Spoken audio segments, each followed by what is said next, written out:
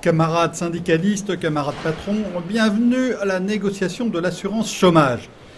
Commençons par une excellente nouvelle, nous sommes largement bénéficiaires.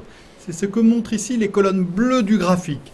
Depuis 1990, l'assurance chômage a accumulé un excédent de 24 milliards d'euros. Alors bien sûr, il y a eu un déficit l'an dernier, là, comme en 2010 ou en 2005. Mais on devrait pouvoir tirer pendant des années sur les réserves accumulées. Alors vous allez me dire, pourquoi cette négociation? Eh bien, c'est qu'il y a un petit problème, car deux régimes un peu particuliers d'assurance chômage sont toujours en déficit. En rouge, là, il y a les intermittents du spectacle, ce que les experts appellent dans leur jargon les annexes 8 et 10. En jaune, il y a les intérimaires masqués sous le label annexe 4.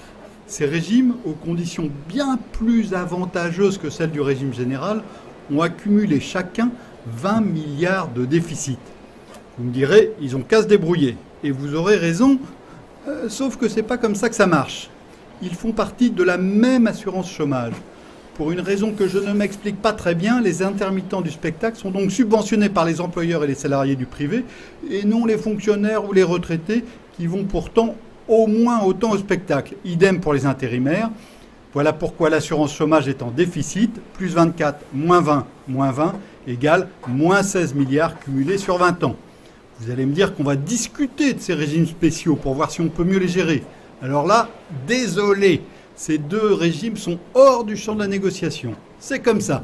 Et je tiens à préciser que ça n'a rien à voir avec le fait que la communauté des gens du spectacle a pris l'habitude d'envoyer de charmantes émissaires travailler au corps les plus hauts instances de l'État. Vous me direz enfin que les salariés et les employeurs du régime général vont donc payer davantage, avoir des conditions moins favorables pour préserver les systèmes plus avantageux des intérimaires et des intermittents. Eh bien là, vous aurez tout à fait raison. Bienvenue en France.